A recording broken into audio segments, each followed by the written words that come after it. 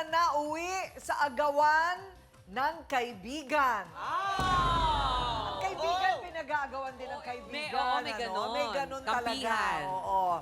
Yan ang issue na haharapin natin ngayong hapon. Sa tindi na kasi ng hidwaan ng dalawang grupong ito, o bakit dalawang grupo?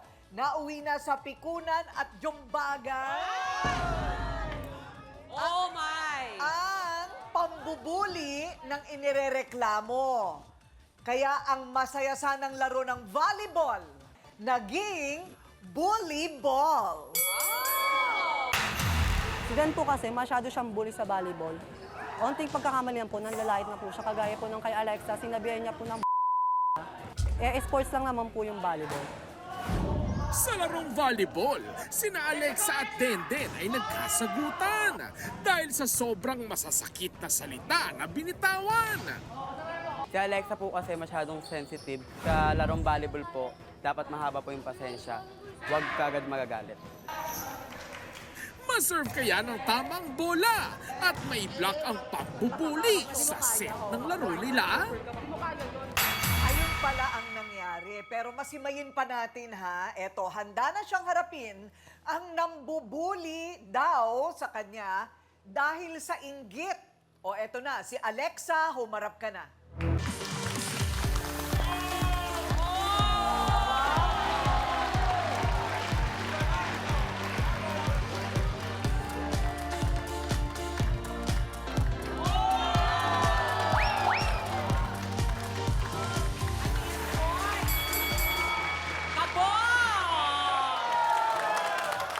Hi po, magandang Ay, umaga po sa inyong lahat.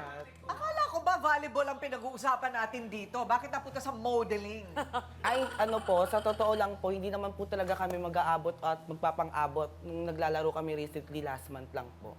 Nag-start po talaga yung noong 2022 na nagkaroon po ng barangay pageant dun sa amin, sa lugar namin. And then nanalo po ako. Then nasundan ng 2023. Nanalo din po ako. Then 2024, nag-first runner-up po ako. Ay, tara. Oh, wow, taray! And then, every year po na contest sa amin is unplaced po siya. Hindi po siya nakakapasok ng top 10 or semi-finalist.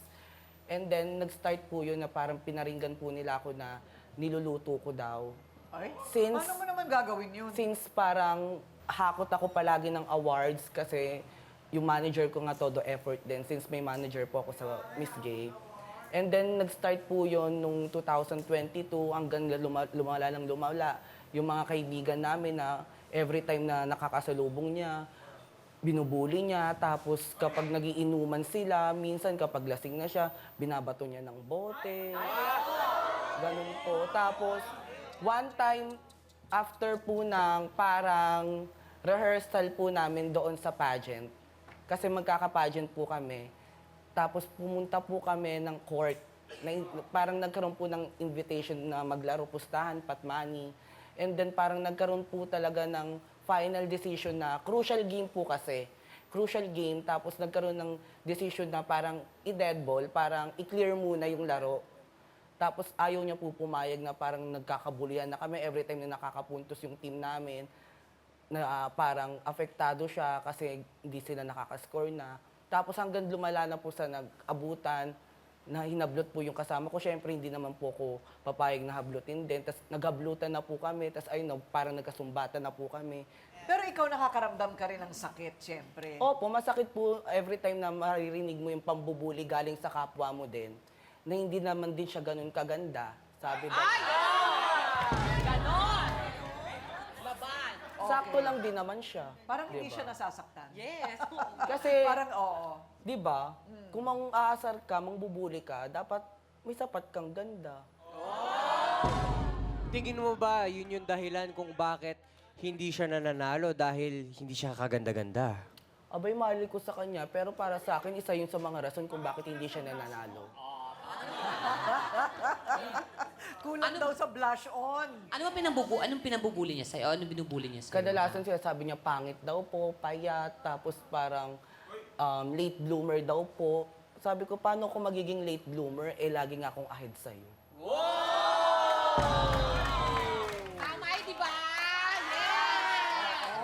Well, kanya-kanyang panig, panig niya yan. Pero, teka muna sandali, yung pambubuli yung tinatanong ni Donita, ano yung parinig, pagkatapos ng babato, sabi mo? Sa akin naman po, hindi siya naging physical.